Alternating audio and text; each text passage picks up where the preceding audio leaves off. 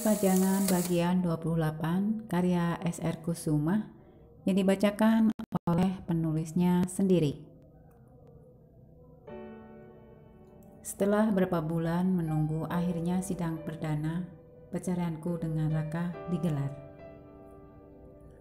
Aku datang ditemani Sarah, sementara Raka datang dengan salah satu saksi, namun bukan Dama. Aku bahkan tidak melihat Dama sama sekali, karena aku dan Raka sudah berkomitmen untuk tidak melibatkan siapapun di sidang perceraian ini. Baik aku maupun Raka tidak didampingi siapapun kecuali saksi dari kedua belah pihak. Tidak ada pengacara, kerabat, maupun teman yang hadir. Selama proses sidang berlangsung, baik aku maupun Raka sepakat untuk tidak ingin melakukan mediasi dalam bentuk apapun, dan menginginkan sidang perceraian ini secepatnya diselesaikan. Setelah melalui beberapa kali sidang, akhirnya Pengadilan Tinggi Agama setempat memutuskan aku dan Raka sudah tidak berstatus sebagai pasangan suami dan istri lagi. Hatiku berkecamuk saat mengetahui pria yang duduk berseberangan denganku tak lagi menjadi suamiku melainkan orang lain. Sepanjang jalannya sidang, Raka senantiasa tersenyum. Aku tahu ia berusaha untuk tegar. Raka juga bersikap baik dan tenang selama menjalani sidang perceraian. Raka tidak membuat sidang menjadi rumit karena ia menerima semua keputusan hakim. Namun begitu, aku dapat melihat guratan kesedihan di wajahnya. Dan sebelum aku dan Raka kembali ke rumah masing-masing, aku dan Raka menyempatkan diri untuk berbicara empat mata. Di ujung lorong gedung Pengadilan Agama yang sunyi, aku dan Raka berdiri saling berhadapan. Matanya yang sayu menatap wajahku dalam-dalam. Terlihat jelas olehku wajah letih dan sayu. Ya, sidang perceraian ini telah menyita cukup banyak energi dan pikiran. Meski begitu, aku maupun Raka tetap konsisten menghadiri setiap sidang sampai kemudian hakim agama menjatuhkan keputusannya.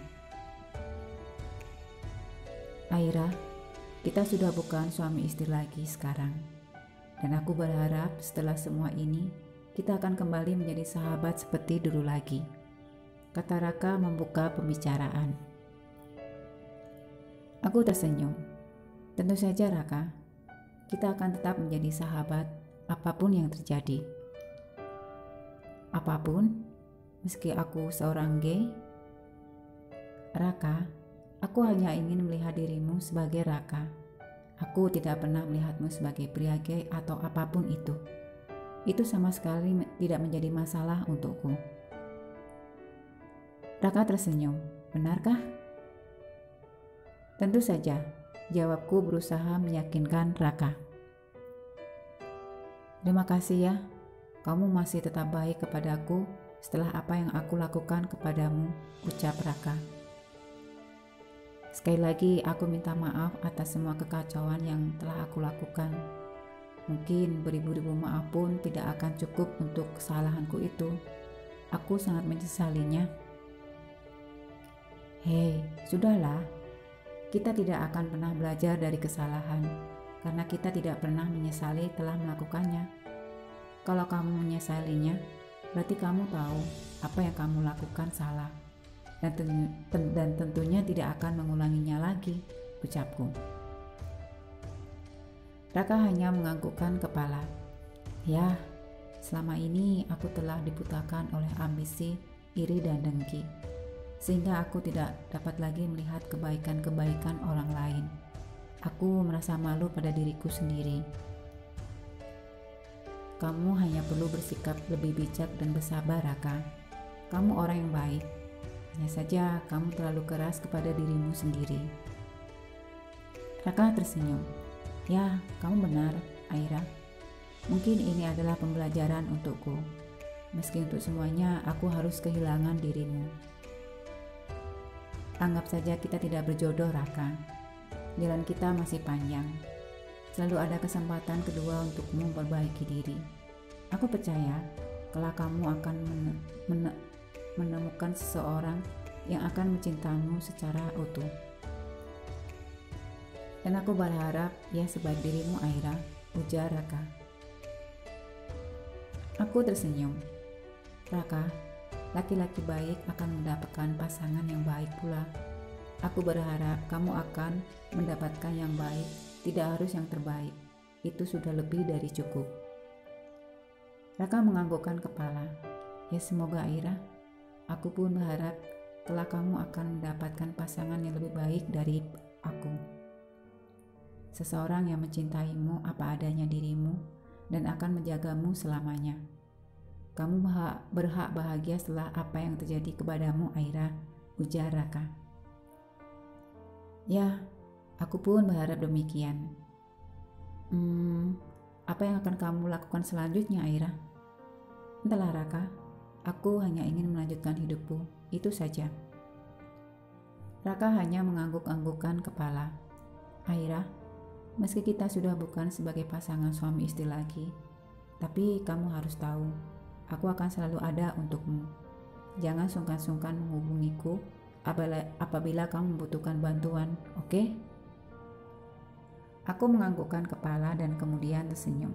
Tentu saja. Baiklah, Raka, aku harus pergi. Baiklah, boleh aku memelukmu? Tanya Raka membuatku terhenyak. Tentu saja Raka, jawabku gugup. Raka tersenyum dan kemudian memeluk tubuhku dengan erat. Tiba-tiba aku menjadi sangat emosional saat Raka membisikkan kata terima kasih berulang kali ke telingaku. Sekuat tenaga aku berusaha mengendalikan perasaanku. Aku merasakan air mata mulai menggenangi kelopak mataku. Tidak, aku tidak boleh menangis di hadapan Raka. Bukankah aku yang menginginkan perpisahan darinya? Tidak ada lagi luka dan air mata. Aku dan Raka akan memulai kehidupan yang baru sebagai pribadi yang juga baru. Aku menyeka air mataku dan sejurus kemudian Raka pun melepaskan pelukannya. Kamu akan baik-baik saja, Aira? Ya, aku akan baik-baik saja. Kamu juga akan baik-baik saja, Raka. Ya, tentu saja. Aku dan Raka meski kami memilih untuk berpisah, tapi aku dan Raka berusaha saling menguatkan satu sama lain. Dengan begitu, perceraian ini akan lebih mudah diterima dengan hati yang ikhlas. Tidak ada marah maupun dendam. Aku dan Raka terdiam cukup lama. Entah apa yang Raka pikirkan. Ia hanya terpekur menatap lantai gedung pengadilan agama. Sementara aku pun sibuk dengan perasaanku sendiri. Sedih? Tentu saja. Meski aku yang menginginkan perpisahan ini, akan tetapi hatiku tetap saja merasa sedih. Karena rumah tanggaku dan Raka berakhir setelah bertahan hanya 7 bulan lamanya. Cukup singkat. Namun begitu aku tidak pernah menyesalinya. Bukankah aku sendiri yang memutuskan menikah dengannya? Toh meski kemudian perjalanan rumah tanggaku bersamanya tidak seperti yang diharapkan, itu sudah menjadi jalan hidupku dan juga Raka. Aku terus melangkah meninggalkan Raka dan semua kenangan bersamanya. Entah mengapa tiba-tiba aku merasa hampa.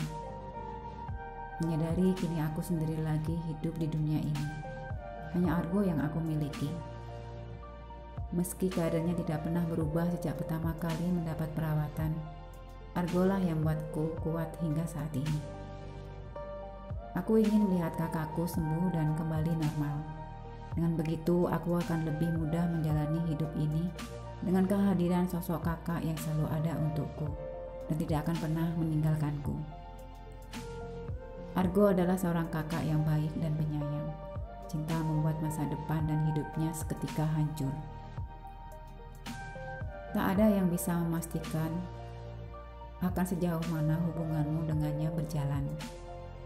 Orang yang jatuh cinta seringkali tak berpikir bahwa akan ada 1001 kemungkinan yang hadir dalam hidupnya, termasuk ditinggalkan kekasih hatinya.